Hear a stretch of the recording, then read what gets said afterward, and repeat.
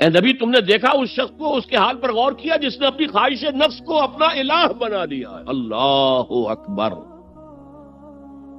الہ، لا الہ الا اللہ، کلمہ توحید کا مرکزی لفظ یہاں آ رہا ہے، من اتخذ الہہ ہواہ، جس نے اپنی خواہش نفس کو اپنا معبود بنا لیا، الہ بنا لیا۔ افانت تکون علیہ وکیلا، کیا آپ ایسے شخص کی کوئی ذمہ داری لے سکتے ہیں؟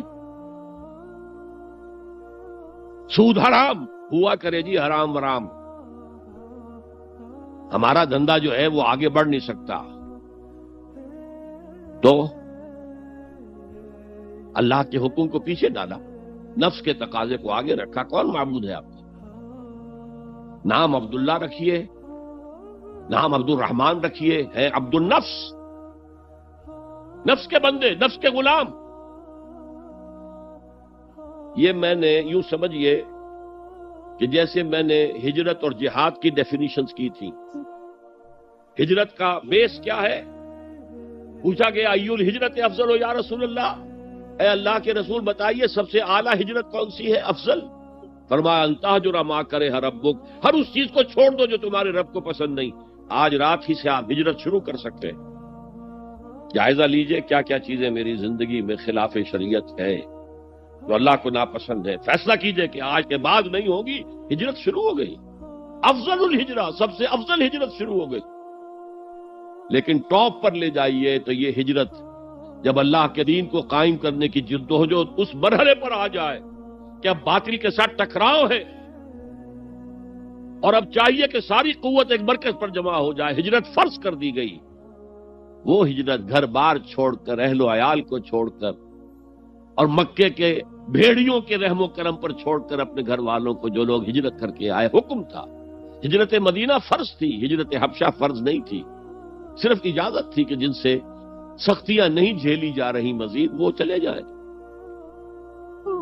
تو ہجرت کا یہ ابتدائی نقطہ، انتہا یہ جہاد، المجاہد من جاہد نفسہ، جہاد تو یہاں سے شروع ہو گیا، اپنے نفس کے خلاف جہاد کرنا۔ صبح نفس نے کہا ابھی سو جاؤ، آپ نے نفس کی بات کو رد کیا، اپنا کمبل اٹھا کے پھینکا، اٹھے، وضو کیا، نماز کے لیے آپ مسجد چل دیے، آپ نے جہاد کیا نفس کے خلاف، یہ افضل الجہاد ہے۔ اور سب سے چوٹی اوپر یہ ہے کہ جب وہ حق و باطل کی جنگ ہو تو جان ہتھیلی پر رکھ کر میدان میں حاضر ہوتا۔ اسی طرح یہ جو شرک فی الاطاعت ہے، میں نے آپ کو اس کی ابتدا بھی بتا دی انفرادی سطح پر۔ افرأیت من اتخذ الہہ ہواہ افانت تکون علیہ وکیلا، کیا تم نے غور کیا اس شخص کی حالت پر جس نے اپنی خواہش نفس کو اپنا معبود بنا لیا، الہ بنا لیا، کہہ رہا ہے لا الہ الا اللہ، لا الہ الا اللہ، لیکن الہ تو اس کا نفس ہے۔ اب اس کو انتہا پر لے جائیے۔ عہد حاضر کا سب سے بڑا شرک، سب سے بڑا شرک، سب سے بڑا شرک عوامی حاکمیت کا تصور ہے۔ حاکم اللہ کے سوا کوئی نہیں، ان الحکم الا للہ۔ ظاہر بات ہے فرعون نے اگر دعویٰ کیا تھا میں تمہارا خدا ہوں، انا ربکم الاعلی، تو کیا اس کا مطلب یہ تھا کائنات میں نے پیدا کی ہے، تمہیں میں نے پیدا کیا؟ ذرا سوچئے، کیا وہ بزرگ موجود نہیں ہوں گے جنہوں نے اسے دیکھا ہو کہ آج اس کی ولادت ہوئی تھی، کل اس کی کوئی اور سیری بنی ہوئی تھی؟ یہ کیسے دعویٰ کیا تھا؟ میرا حکم چلے گا، میں نہیں جانتا، الیس لی ملک مصر، مصر کی حکومت میری ہے کہ نہیں؟ یہ دعویٰ تھا، یہ خدائی کا دعویٰ۔ کسی زمانے میں وہ فرد ہوتے تھے، نمرود ہوتے تھے، نماردہ، فراعنہ۔ جمال عبد الناصر نے نعرہ لگایا تھا نحن ابناء الفراعنہ، بڑے فخر کے ساتھ ہم فرعونوں کی اولاد۔ اور صدام نے لگایا تھا نعرہ نحن ابناء النماردہ، ہم نمرودوں کی اولاد۔ عراق کے بادشاہوں کا لقب نمرود تھا اور مصر کے بادشاہ فراعنہ تھے، فرعون تھے۔ زمانے کا جب ارتقاء ہوا ہے اور اس میں فیصلہ کن کام جو ہے وہ حضور نے صلی اللہ علیہ وسلم، جب حضور کی حیات طیبہ کے بعد خلافت انفرادی سے اجتماعی ہو گئی، جب تک نبوت جاری تھی نبی ہی خلیفہ ہوتا تھا اللہ کا، اس کی ہاٹ لائن اللہ کے ساتھ وحی کی لگی ہوئی ہے، ادھر سے حکم آتا ہے وہ امپلیمنٹ کرتا ہے، جہاں اس کا حکم نہیں ہے وہ اپنا بیسٹ ججمنٹ استعمال کر کے فیصلہ کرتا ہے۔ یہی ہے وائس جیرنسی، یہی ہے خلافت، ایسنس آف خلافت یہی ہے۔ جیسے وائس رائے دلی میں ہوتا تھا، ہمارا بادشاہ یا ملکہ تو انگلستان میں ہوتے تھے۔ اب جو ہز میجسٹیز گورنمنٹ یا ہر میجسٹیز گورنمنٹ سے حکم آیا، وائس رائے اس میں کوئی تغیر و تبدل نہیں کر سکتا، he has to implement it as such. جہاں کوئی حکم نہیں ہے تو وہ مقام پر بیٹھا ہے، آن دی اسپاٹ ہے، حالات کو دیکھے اور جو مملکت اور کنگڈم کی مصلحت میں سب سے بہتر نظر آئے وہ فیصلہ کر لے۔ لیکن حضور پر نبوت ختم تو خلافت کلیکٹیو ہو گئی، خلافت المسلمین۔ اگرچہ شروع میں امیر المومنین کہا جاتا تھا، کچھ عرصے کے بعد خلیفت المسلمین یہ اصطلاح جو ہے وہ عام۔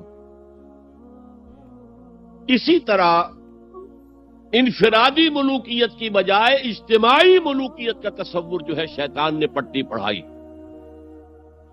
ابلیس کی مجلس شورا جو اقبال کی بڑی ہی یوں سمجھیے کہ اہم ترین نظموں میں سے، امت مسلمہ کے نام پیغام پر مشتمل وہ نظم جو ہے، اور وہ ان کے آخری ایام کی ہے اور وہ ان کی زندگی میں چھپی بھی نہیں تھی، ارمغان حجاز ان کے انتقال کے بعد چھپی ہے، جس میں آخری جو کلام تھا فارسی اور اردو دونوں کا جمع کر دیا گیا، ورنہ اس سے پہلے فارسی علیحدہ چھپتی تھی کتابیں، اردو کی علیحدہ، لیکن اب اتنا کم تھا کہ ان کے لیے علیحدہ کتابیں شائع کرنا مناسب نہیں سمجھا گیا۔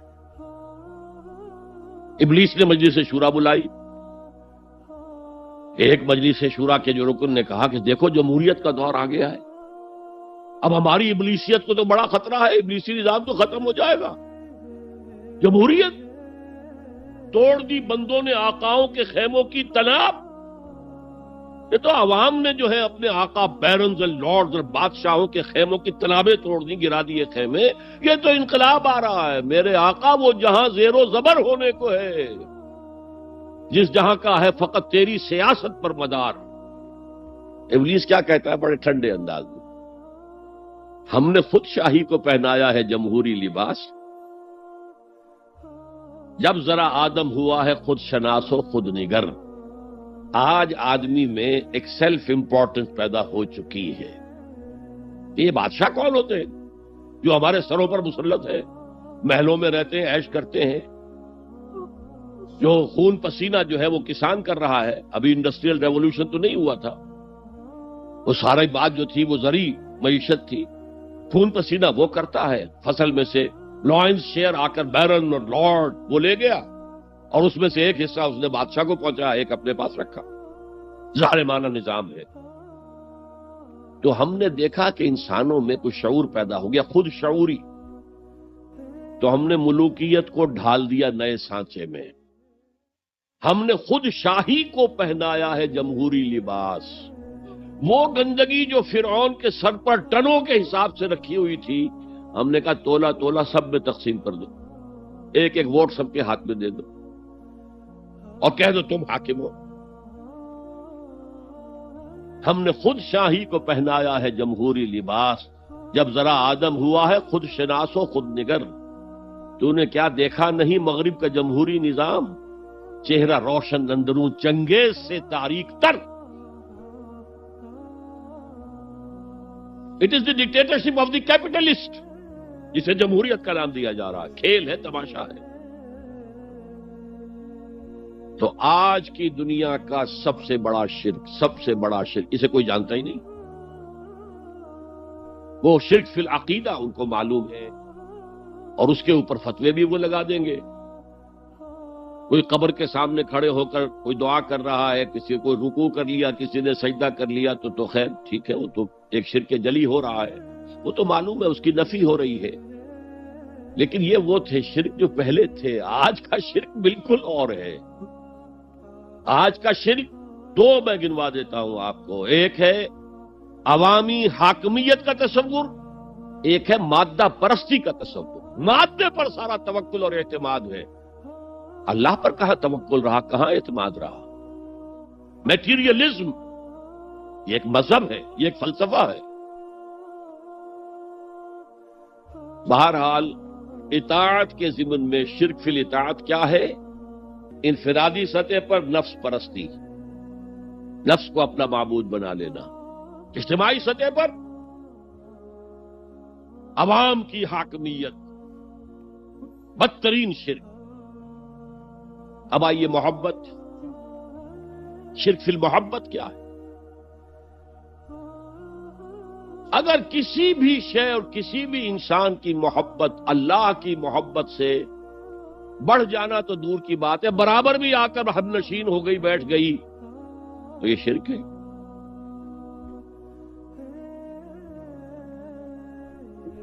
والذین آمنوا اشد حبا للہ، جب تک اشد محبت آپ میں اللہ کی نہیں ہوگی. اگر کوئی اور شے محبوب ہے تو من الناس من یتخذ من دون اللہ اندادا یحبونہم کحب اللہ، لوگوں میں سے ایسے بھی ہیں جنہوں نے اللہ کو چھوڑ کر کسی اور چیزوں کو مد مقابل بنا لیا ہے، ان سے وہ محبت کرتے ہیں جو اللہ سے کرنی چاہیے تھی. توحید کا تقاضا ہے لا محبوب الا اللہ، لا مطلوب الا اللہ، لا مقصود الا اللہ. مقصود و مطلوب اور محبوب حقیقی اللہ کے سوا کوئی. اور وہ آیت میں آپ کو سنا چکا ہوں، سورہ توبہ کی آیت نمبر 24، انتہائی لرزا دینے والی آیت. قل ان کان آباؤکم وابناؤکم واخوانکم وازواجکم وعشیرتکم واموال اقترفتموها وتجارت تخشون کسادها ومساکن ترضونها احب الیکم من اللہ ورسولہ وجہاد فی سبیلہ فتربصوا حتی یاتی اللہ بامرہ واللہ لا یہدی القوم الفاسقین.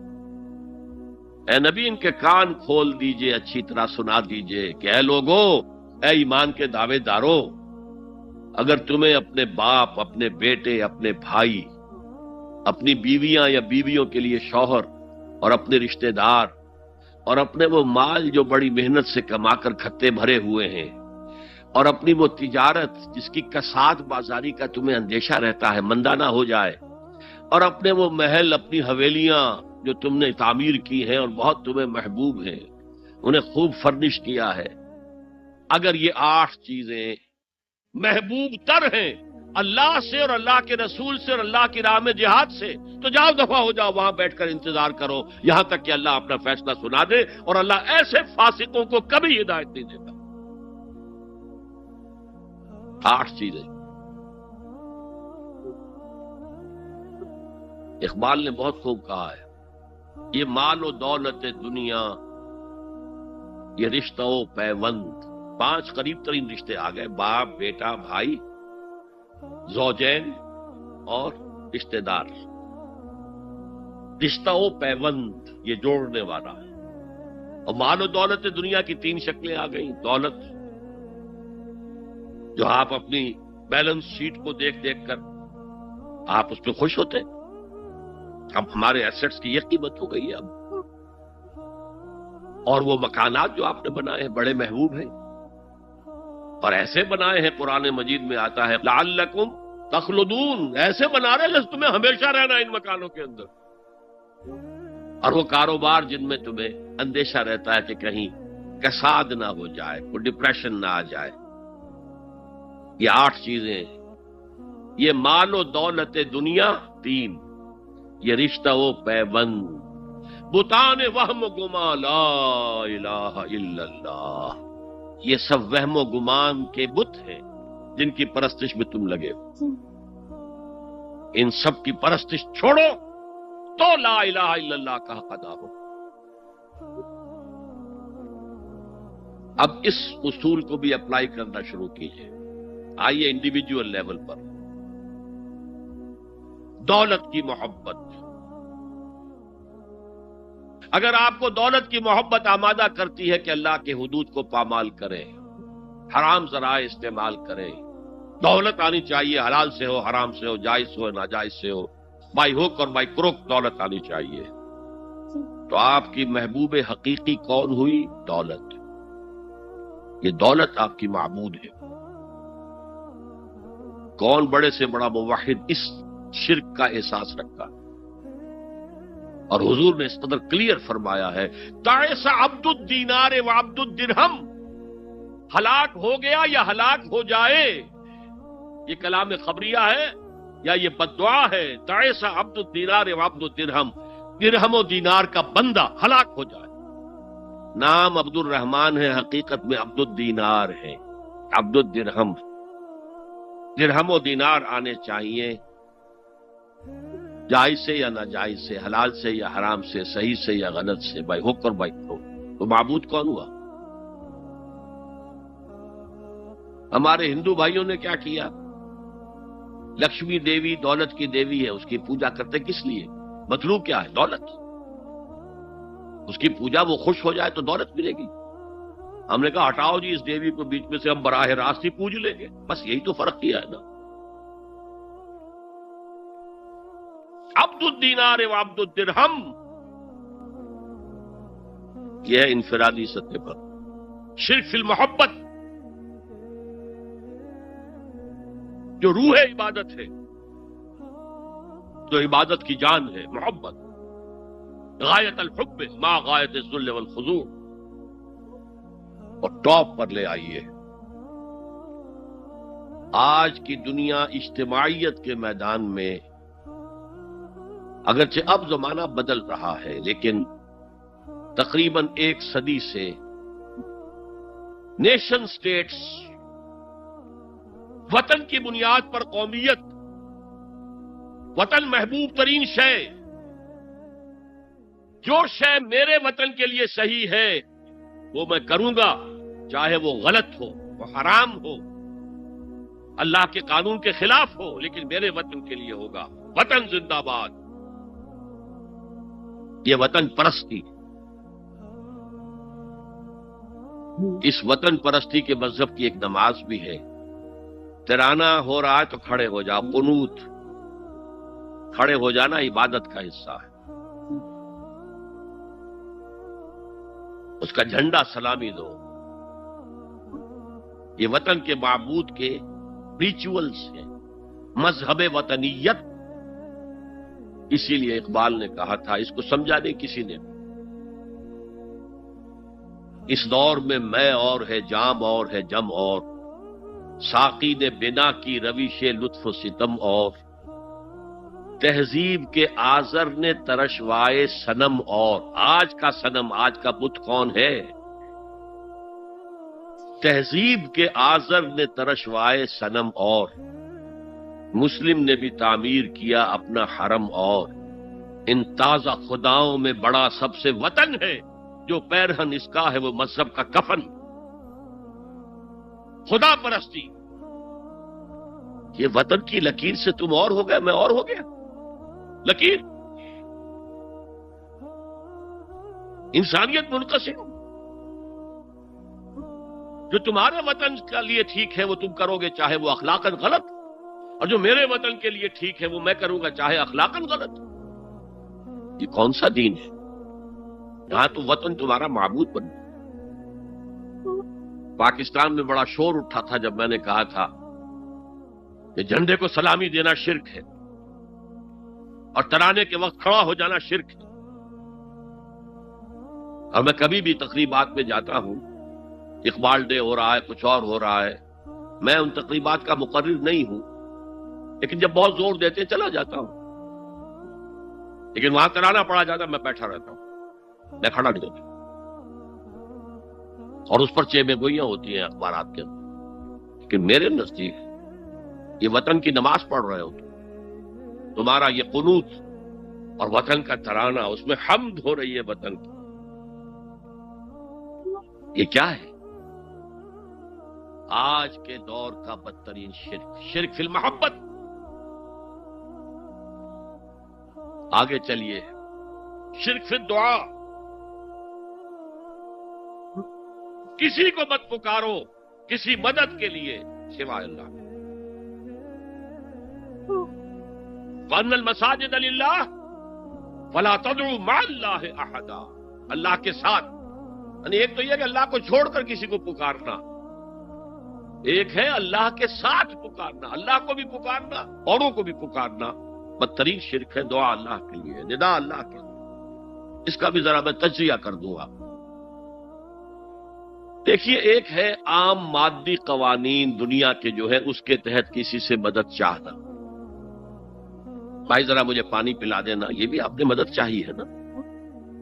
حضور کے بارے میں تو آیا ہے کہ آپ اتنے خوددار تھے صلی اللہ علیہ وسلم کہ اگر سواری پر ہوتے تھے اور آپ کا کوڑا نیچے گر جاتا تھا تو کسی سے یہ نہیں کہتے تھے کہ یہ کوڑا مجھے اٹھا کے دے دو،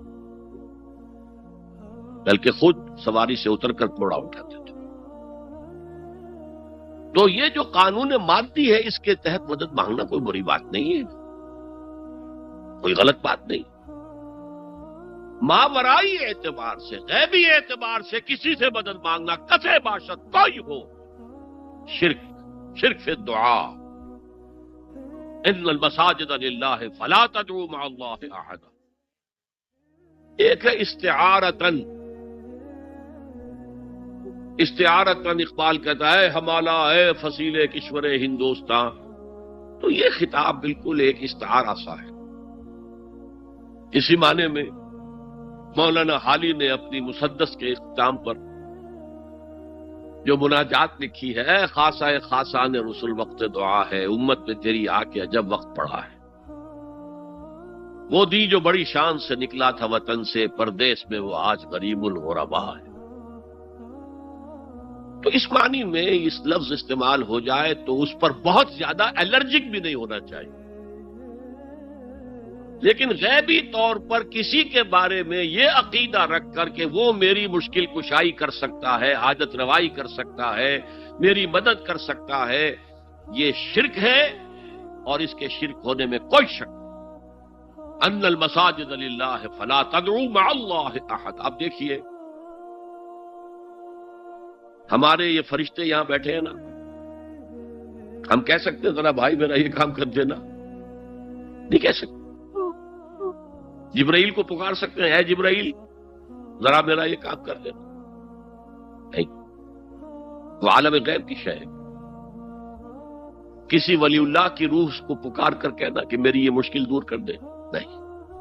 اللہ سے کہیں، اللہ کو پکارے، اللہ جس کے ذریعے سے چاہے آپ کی ضرورت پوری کر دے. اس ضمن میں میں کہوں گا کہ شاہ ولی اللہ دہلوی نے ایک بات کہی ہے، اگرچہ مجھے اس کی کوئی دلیل اپنے طور پر انڈیپینڈنٹلی کتاب و سنت میں نہیں ملی ہے، لیکن شاہ صاحب کا ایک مقام مرتبہ ہے جو میری نگاہ میں بہت بلند ہے. میرے نزدیک دو عظیم شخصیتیں عالم اسلام کی، امام ابن تیمیہ اور امام غزالی کو جمع کریں تو شاہ ولی اللہ بنتے ہیں. اتنی عظیم شخصیت. انہوں نے یہ لکھا ہے کہ جو اللہ کے برگزیدہ بندے ہوتے ہیں، اولیاء اللہ، اللہ تعالیٰ ان کی ارواح کو ان کے فوت ہونے کے بعد ملائکہ کے طبقہ اسفل میں شامل کر دیتے ہیں، اور وہ بھی جس طرح وہ ملائکہ اللہ کے احکام کی زمین میں تنفیذ کر رہے ہیں وہ بھی اسی کام میں لگ جاتے ہیں. میں نے عرض کیا کہ میرے پاس انڈیپینڈنٹلی کوئی دلیل نہیں ہے اس کے حق میں، لیکن شاہ صاحب کا فرمانا خود میرے لیے ایک درجے میں دلیل ہے. لیکن یہاں ایک تو یہ نوٹ کرنے کا، ملائکہ کا طبقہ اسفل، ملائکہ کا سب سے نچلا طبقہ، اور اللہ کے حکم کی تنفیذ کرتے ہیں تو فرشتے کر رہے ہیں، وہ بھی ہوں. ہمیں سے کیا غرض ہے؟ ہم نہ فرشتے کو پکار سکتے ہیں اور نہ کسی ولی اللہ کو پکار سکتے ہیں. پکارو اللہ کو.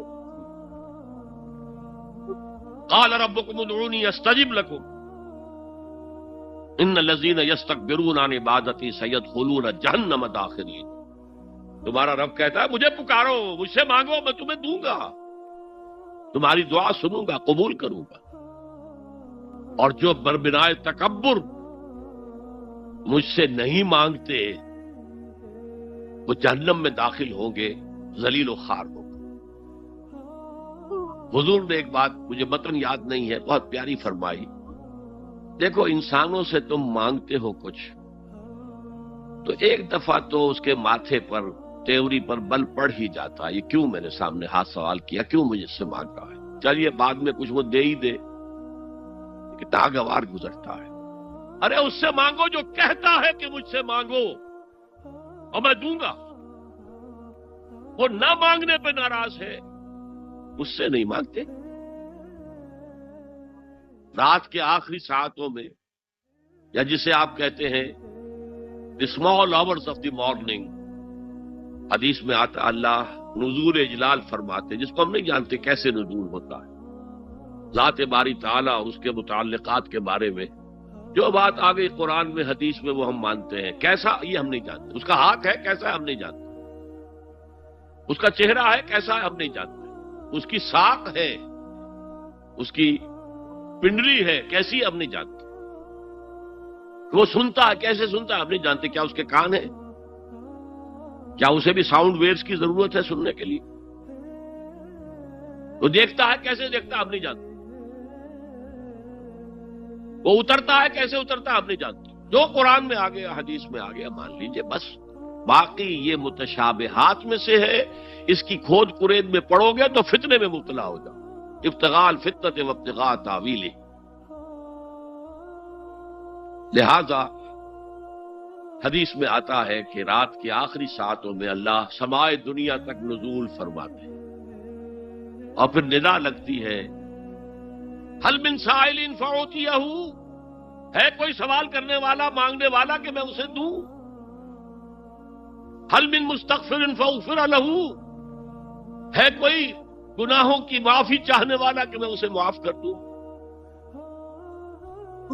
ہم انٹا غفیل سو رہے،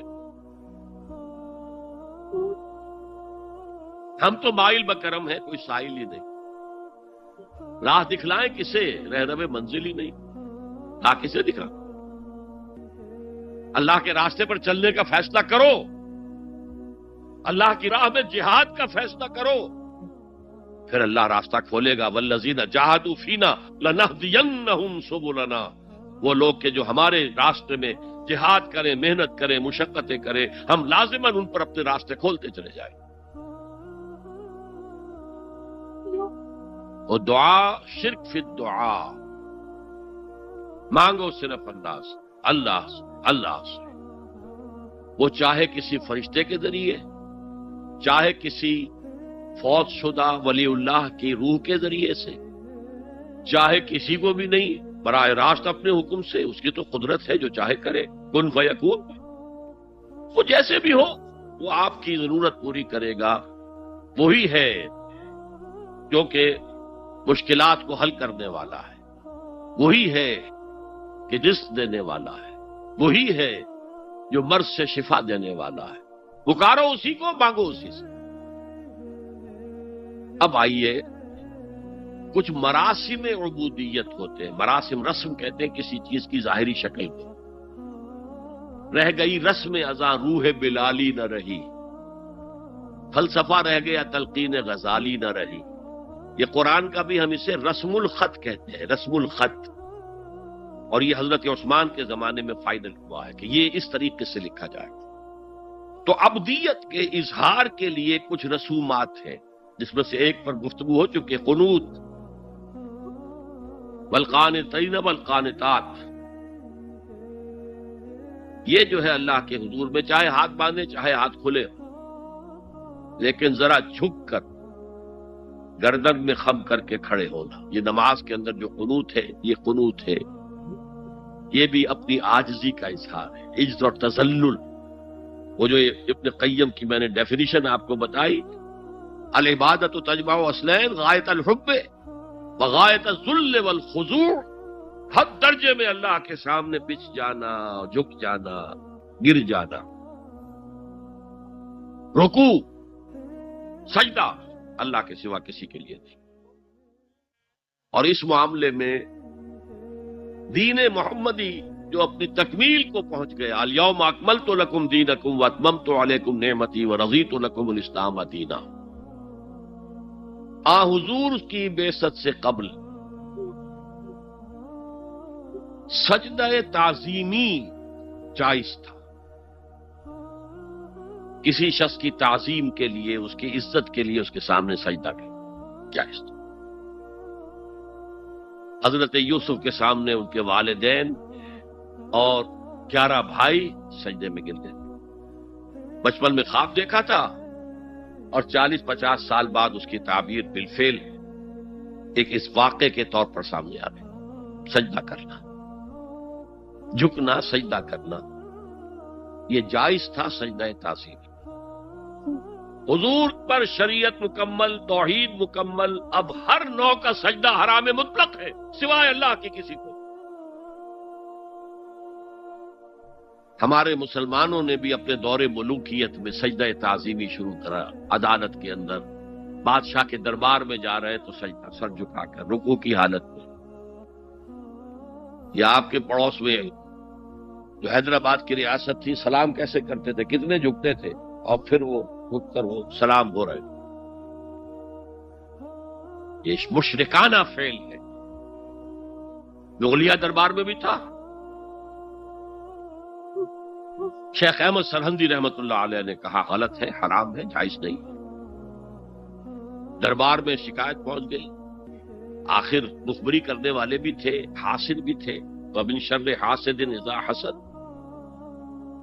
طلبی ہو گئی، بلایا گیا، دربار میں حاضری، اور ایسا اہتمام کیا گیا کہ جب حضرت مجدد آگے آئے بادشاہ تک جانے کے لیے تو درمیان میں ایک دیوار سی حائل کر کے اس میں کھڑکی کھول دی کہ اس میں سے جھک کر گزریں گے نا تو رکوع کسی درجے میں تو ہو جائے گا۔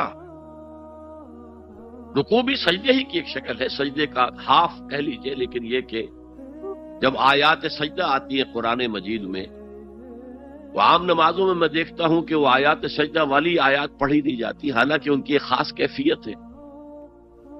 تراویح میں تو پڑھی جاتی ہے، لیکن پہلے بتا دیتے ہیں کہ یہ دوسری رکعت میں یا پہلی رکعت میں سجدہ آ رہا ہے تو لوگ تیار ہوتے ہیں۔ رکوع بھی اگر فوراً ہو جائے آیت سجدہ کے بعد تو اس سے بھی اس سجدے کا حق ادا ہو جاتا۔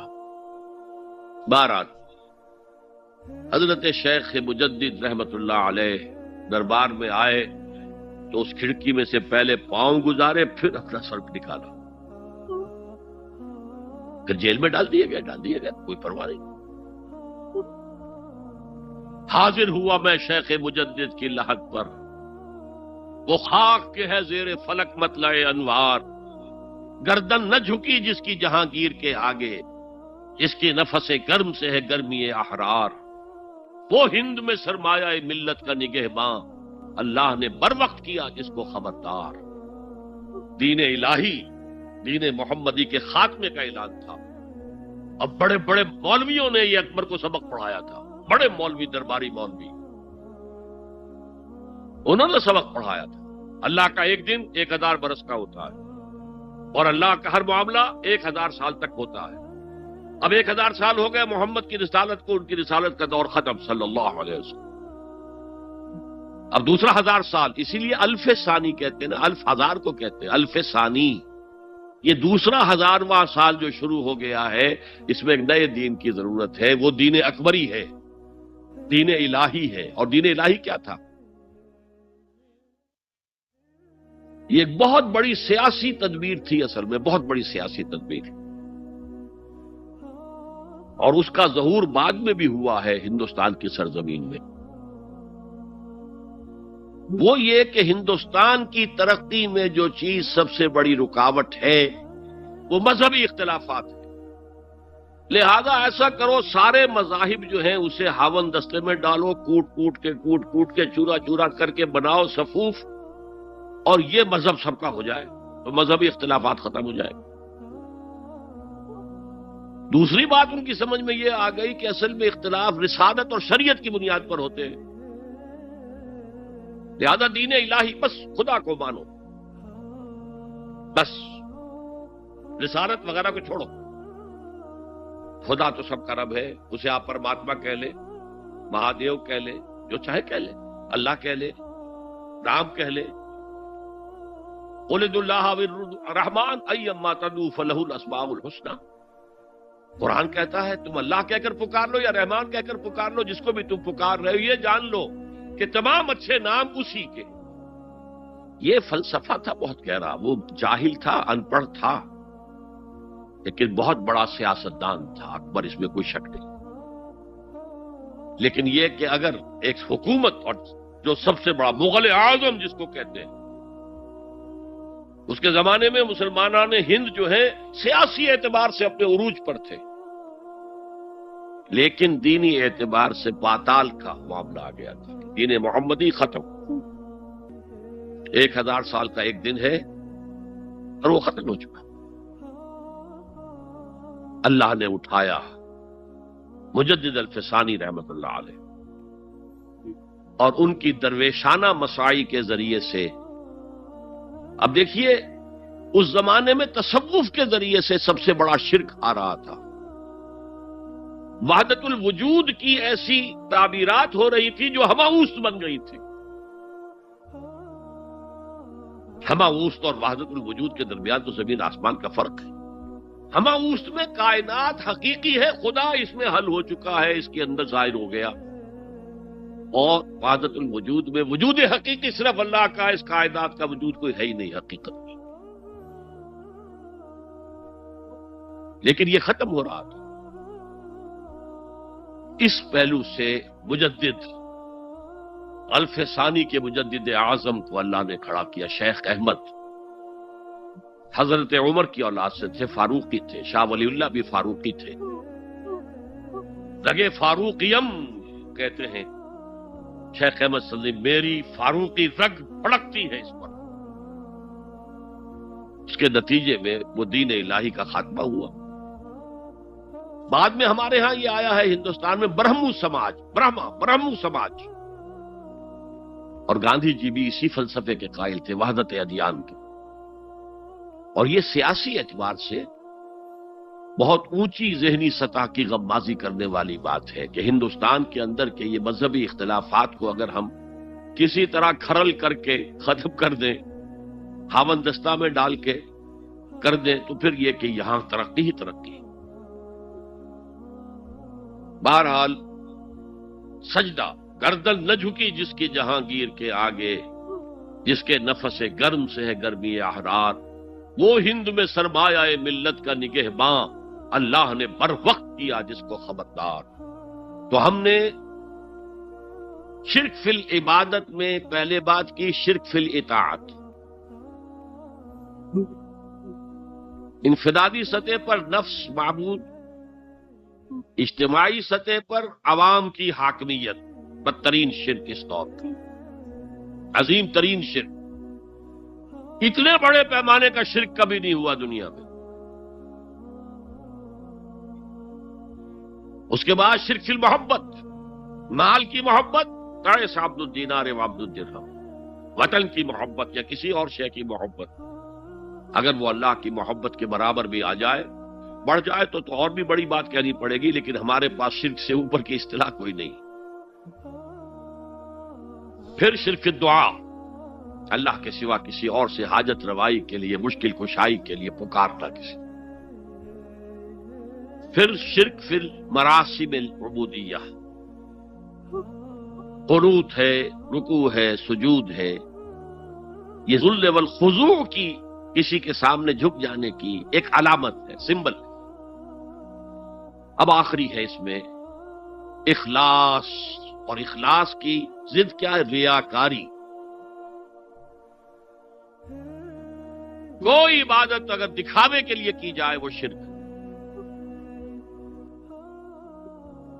یہ شرک خفی کہلاتا ہے. مال کی محبت کا شرک بھی شرک خفی ہے. نفس کی اطاعت کا شرک بھی شرک خفی ہے. اور یہ سب سے خفی شرک ہے. حضور نے فرمایا صلی اللہ علیہ وسلم، من صلی یرائی فقد اشرکا ومن صام یرائی فقد اشرکا ومن تصدق یرائی فقد اشرکا. جس نے دکھانے کے لیے نماز پڑھی اس نے شرک کر لیا. جس نے دکھاوے کے لیے روزہ رکھا اس نے شرک کر لیا. جس نے دکھاوے کے لیے خیرات کی، صدقات دیے، وہ شرک کر چکا. قد اشرکا، قد اشرکا، یہ عربی کے مزاج سے واقفیت ہو. فعل ماضی پر قد جو ہے تو وہ پرفیکٹ ٹینس بن جاتا ہے، کر چکا، وہ شرک میں ملوث ہو چکا. من صلی یرائی فقد اشرکا ومن صام یرائی فقد اشرکا ومن تصدق یرائی فقد اشرکا.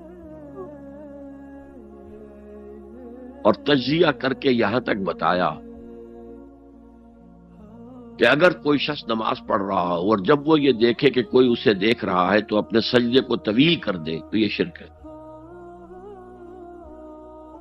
فرض کیجئے 5 سیکنڈ کا سجدہ وہ کر رہا تھا، اب اس نے 7 سیکنڈ کا کیا ہے، یہ 2 سیکنڈ کس کے لیے ہے؟ اس ایک سجدے کے 2 مسجود ہو گئے، تو 5 سیکنڈ کا سجدہ تو اللہ کے لیے، 2 اس کے لیے شرک ہو گئے۔ ایک اور بات فرمائی صلی اللہ علیہ وسلم، شرک خفی کو پہچاننا اور دیکھنا اتنا ہی مشکل ہے جتنا کہ کسی سیاہ شب میں، تاریک رات میں، کسی سیاہ پتھر پر چلنے والی سیاہ چیونٹی کو دیکھنا مشکل۔ تشبیہ کا بلاغت اور فساد کی انتہا ہے، جیسے میں نے عرض کیا تھا کہ ایک جوڑے کی 2 جوتیوں کے مابین جو مشابہت ہے، امت مسلمہ اور سابقہ امت بنی اسرائیل کی، ان کے اوپر جو حالات وارد ہوئے ان میں وہی مشابہت۔ تاریک شب ہے، سیاہ پتھر ہے، اس پر سیاہ چیونٹی رینگ رہی ہے، جتنا اس کو دیکھنا مشکل ہے اتنا ہی شرک خفی کو پہچاننا مشکل۔ کدھر کدھر سے آپ پر حملہ آور ہو جائے گا، کدھر کدھر سے آ کر آپ کی عبادت میں، آپ کی توحید میں نقب لگائے گا، اس کا آپ کو اندازہ ہو نہیں سکتا۔ بڑا مشکل ہے، بہت زیادہ چوکس رہنے کی ضرورت ہے۔ اور اس کا علاج بتایا گیا ہے خاص طور پر عبادات کے ضمن میں، کہ کچھ نہ کچھ عبادت نفل بھی کی جائے، اور نفل عبادت اس طور سے کی جائے کہ کسی کو پتہ نہ چلے۔ اب ہمارا حال یہ ہو گیا ہے کہ ساری، اگر کوئی عشاء کی 17 رکعتیں پڑھتا ہے، سب کی سب مسجد میں پڑھتا ہے، حالانکہ صحابہ کے دور میں مسجد تھی فرائض کی ادائیگی، باقی جا کر نماز گھر میں پڑھو گے وہ افضل ہے۔ اور نوافل تو خاص طور پر اگر کسی کو تہجد کی توفیق ہو گئی ہے تو کسی نہ کسی طرح ڈھنڈورا پیٹے گا، اسے جی کیا کرے، میں رات کو جاگنا ہوتا ہے، طبیعت جو ہے بڑی بھاری رہتی ہے، ہو گیا اپنا ڈھنڈورا پیٹ دیا، تو اس سے تو مرض اور 2 آتشا ہو جائے گا، ریاکاری اور بڑھ جائے گا۔ اسی طریقے سے صدقات نافلہ فرمایا ایسے دو کہ داہنا ہاتھ جو کچھ دے بائیں ہاتھ کو پتہ نہ چلے، کسی کو پتہ نہ چلے۔ اس سے وہ ریاکاری کی جڑیں کٹتی ہیں، ریاکاری کی جڑیں جو ہیں دل کے اندر سے کٹتی ہیں۔ یہ علاج ہے ریاکاری کا، لیکن ریاکاری شرک ہے۔ اب میں آخری بات پر آ رہا ہوں۔ آپ نے سوچا ہوگا کہ اس تجزیے کے تحت تو ہر گناہ جو ہے ادنا سے ادنا گناہ بھی شرک ہے۔ فجر کی نماز کے وقت اگر اٹھ کے نہیں گئے اور چادر یا کمبل کو سیدھا کر کے لیٹ گئے تو یہ شرک ہے۔ پھر کون سے گناہ ہے جو اللہ معاف کرے گا؟ یہ جو میں نے آیت آپ کو 2 دفعہ جو آئی ہے سورہ نساء میں سنائی، ان اللہ لا یغفر ان یشرک بہ ویغفر ما دون ذلک لمن یشاء، اللہ تعالی اس کو تو ہرگز نہیں بخشے گا کہ اس کے ساتھ شرک کیا جائے، البتہ اس سے کم تر جس کو چاہے گا بخش دے۔ تو جان لیجئے یہ جو باریک تجزیہ میں نے کر کے بتایا ہے یہ اپنی جگہ 100% درست ہے، لیکن ان میں جو یہ چیزیں ہیں، کوئی کوتاہی ہو گئی، کوئی گناہ ہو گیا، کوئی شریعت کی مخالفت ہو گئی، نفس کے کسی اس وقت کے دباؤ میں آ کر یہ گناہ شمار ہوں گے اگر یہ آپ کی طبیعت ثانیہ نہ بن جائے۔ اگر یہ آپ کی سیکنڈ نیچر بن گئے تو ایک گناہ بھی ساری تباہی لانے کے لیے کافی ہے۔ اگر آپ نے ڈیرے ڈال دیے، غلطی ہو گئی، معافی مانگو، توبہ کرو، استغفار کرو، اللہ صاف کر دے گا۔ نہیں کرو گے تو پھر ایک گناہ پر بھی دوام اگر ہو گیا اور اس گناہ نے ایک نے بھی تمہارا احاطہ کر لیا تو وہ جہنم میں خلود کی وعید قرآن میں آئی ہے۔ بلا من کسب سیئۃ وَأَحَاطَتْ بِهِ خَطِیَّتُهُ فَأُولَٰئِکَ أَصْحَابُ النَّارِ هُمْ فِیہا خَالِدُونَ۔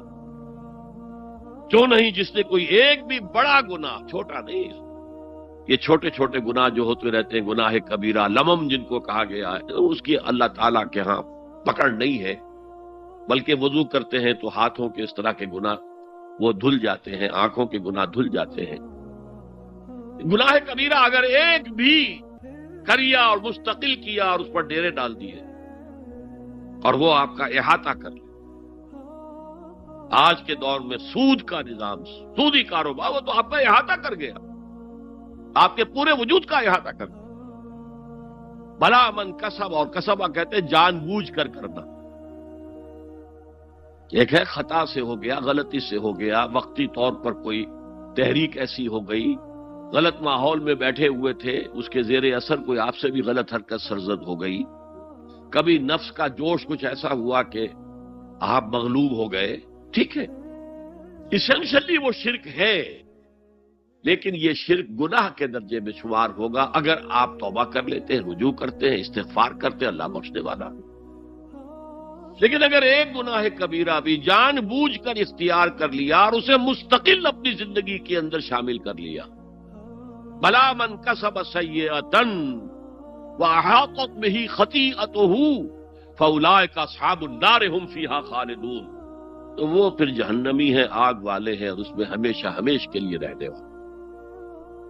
شرک فی ذات کے ضمن میں نے عرض کیا تھا کہ سورہ اخلاص جامع ترین اس کی نفی پر ہے، اور شرک فی صفات کی کامل نفی پر آیت الکرسی ہے۔ آیت الکرسی ایک لمبی آیت، جیسے آیت البر ایک لمبی آیت تھی، اور اس کو حضور نے فرمایا ہے سیدۃ آیات القرآن، پورے قرآن مجید کی آیات کی سردار ہے یہ آیت۔ اور یہ شرک فی صفات کے ضمن میں یہ شمشیر قاطع ہے، شمشیر برہان ہے۔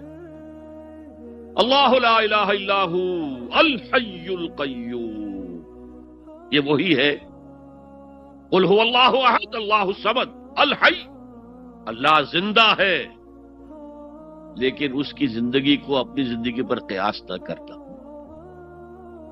تمہیں خوراک کی احتیاج ہے، اسے کوئی ضرورت نہیں۔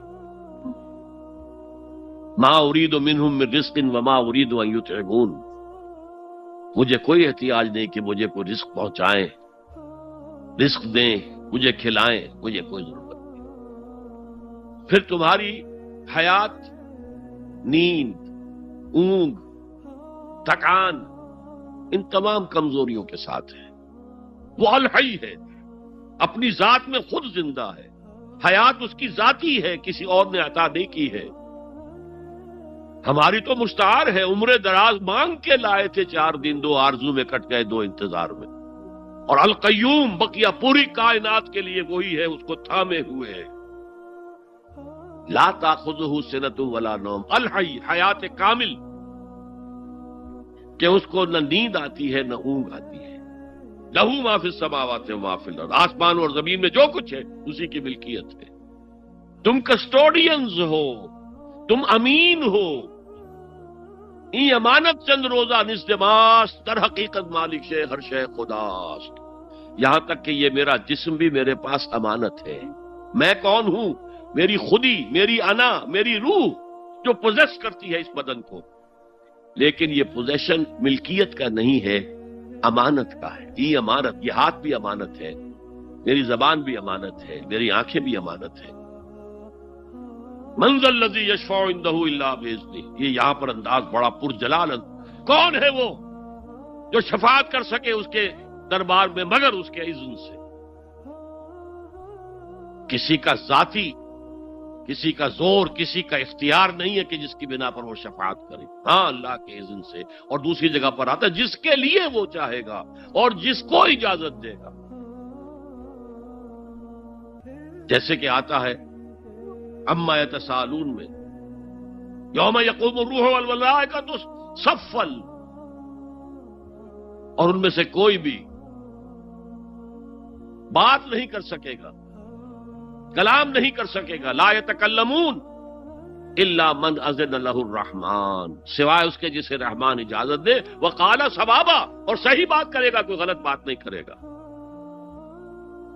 یعلم ما بین ایدیہم وما خلفہم ولا یحیطون بشیء من علمہ الا بما شاء، وہ تو جانتا ہے جو کچھ بھی ان کے سامنے ہے اور ان کے پیچھے ہے، اور یہ کوئی احاطہ نہیں کر سکتا مخلوقات میں سے اس کے علم میں سے کسی کا بھی سوائے اس کے جو وہ خود چاہے۔ یہاں بڑے ہی لطیف انداز میں شفاعت باطلہ کے تصور کی نفی ہو گئی۔ دیکھیے آپ کہیں جا کر کسی مجسٹریٹ سے سفارش کرتے ہیں تو کیا کہتے ہیں؟ اجی یہ فائل کے اوپر جو کچھ ہے آپ اس پر نہ جائیے، یہ گواہیاں وغیرہ جھوٹی ہو گئی ہیں، میں آپ کو بتاتا ہوں اصل بات کیا ہے۔ اللہ کے سامنے کوئی یہ کہہ سکے گا اے اللہ تیرے علم میں نہیں ہے، میرے علم میں ہے؟ یعلم ما بین ایدیہم وما خلفہم، وہ تو جانتا ہے جو کچھ ان کے سامنے اور جو کچھ ان کے پیچھے ہے۔ ولا یحیطون بشیء من علمہ الا بما شاء، اور ان میں سے کوئی بھی، جیسے کہ میں ابھی بتا چکا ہوں، بریلوی مکتب فکر بھی کہہ رہا ہے کہ اللہ کا دیا ہوا علم ہے محمد رسول اللہ کا جتنا ہے، لا محدود نہیں ہے، محدود ہے، قدیم نہیں ہے، حادث ہے۔ تو جتنا اللہ چاہتا ہے، جس کے لیے جتنا چاہتا ہے، لیکن اس کے علم میں سے احاطہ نہیں کر سکتا کوئی مگر جو وہ چاہے۔ وسع کرسیہ السماوات والارض، اس کا اقتدار چھایا ہوا ہے، مستولی ہے، آسمانوں پر بھی اور زمین پر بھی۔ ولا یؤودہ حفظہما، اور اسے عاجز نہیں کر سکتی ان دونوں کی حفاظت۔ قیوم وہی ہے، صمد وہی ہے، لیکن اس سے کوئی تکان تاری نہیں ہوتی، عاجز نہیں ہوتی۔ یہ اصل میں نفی ہے۔ جو تورات حافظے سے مرتب کی گئی تھی، 587 میں نبوکدنضر کا جو حملہ ہوا تھا اس میں اصل تورات گم ہو گئی، اس وقت سے آج تک وہ اصل تورات ان کے پاس نہیں۔ پیریڈ آف کیپٹیوٹی سے واپس آئے ہیں بیت المقدس میں، سائرس کے لطف و کرم کی وجہ سے، ذوالقرنین کے لطف و کرم کی وجہ سے، پھر یادداشتوں سے لوگوں نے وہ تورات مرتب کی ہے، تو اس میں انسانی فکر شامل ہو گیا ہے۔ لہذا وہاں یہ لکھا ہے اللہ نے 6 دنوں میں آسمان اور زمین پیدا کیے اور 7ویں دن آرام کیا، یعنی کوئی تکان لائق ہو گئی۔ قرآن نے کہا، اللہ تعالیٰ نے فرمایا سورہ قاف میں، وَلَقَدْ خَلَقْنَا السَّمَاوَاتِ وَالْأَرْضَ وَمَا بَيْنَهُمَا فِي 6 أَيَّامٍ وَمَا مَسَّنَا مِن لُغُوبٍ، یقیناً ہم نے آسمان اور زمین اور جو کچھ ان دونوں کے مابین ہے انہیں 6 ہی دنوں میں پیدا کیا۔ وہ بات ٹھیک ہے، لیکن ہمیں کوئی تکان لائق نہیں ہوئی کہ ہمیں کسی آرام کی ضرورت ہے۔ لا یؤودہ حفظہما وہو العلی العظیم، العلی وہی ہے سب سے بلند و بالا، لتکون کلمۃ اللہ ہی العلیٰ، تاکہ اللہ کا کلمہ سب سے سربلند ہو جائے، اور وہی عظیم ہے، عظمت والا۔ اللہ تعالیٰ مجھے اور آپ کو اس سے بچائے، اپنے سابقہ زندگی کے گناہوں پر توبہ کرنے کی اور اللہ سے استغفار طلب کرنے کی توفیق عطا فرمائے، اور اپنے دینی فرائض کی انجام دہی کے لیے کمر بستہ ہو جانے کا عزم مصمم کر لینے کی توفیق عطا فرمائے۔ اقول قولی ھذا واستغفر اللہ لی ولکم ولسائر المسلمین والمسلمات۔ اب ہم سوالات کا سیشن شروع کرتے ہیں۔ پہلا سوال ہے، اگر کسی مسلمان کو یہ نہیں معلوم ہو کہ وہ جو کر رہا ہے وہ عمل شرک ہے یا نہیں، تو کیا اس کا یہ شرک معافی کے قابل ہوگا؟ دیکھیے، اگرچہ قانون تو یہ ہے دنیا کا، ignorance of law is no excuse، قانون سے عدم واقفیت کوئی عذر نہیں ہے، قانون تو پھر پڑھتا ہے، لگتا ہے، لاگو ہوتا ہے، عائد ہوتا ہے، لیکن اللہ کے ہاں ایسا نہیں ہے۔ وہ ہر شخص سے اس کے اپنے حالات کے اعتبار سے حساب لے گا، کن حالات میں پیدا کیا گیا، کیا جینز اس کو دیے گئے تھے، کن حالات میں وہ پلا بڑھا ہے، اس کے انوائرنمنٹل فیکٹرز کیا تھے، پھر یہ کہ جن لوگوں کی ذمہ داری تھی کہ اسے دین کا پیغام پہنچائے انہوں نے کوتاہی کی، اور اگر اس کی وجہ سے یہ لا علم رہا اور اس نے بات کو نہیں سمجھا تو میں سمجھتا ہوں اللہ تعالیٰ نرمی فرمائیں گے۔ باقی یہ کہ بخشش یا سزا دینا یہ اللہ کا اختیار مطلق ہے، ہم کچھ نہیں کہہ سکتے۔ اللہ تعالیٰ ابو جہل کو بخش دے، ہم اعتراض نہیں کر سکتے، اس کی مخلوق ہے جو چاہے کرے۔ اللہ تعالیٰ کسی نیک سے نیک آدمی کو جہنم میں ڈال دے، وہ کر سکتا ہے،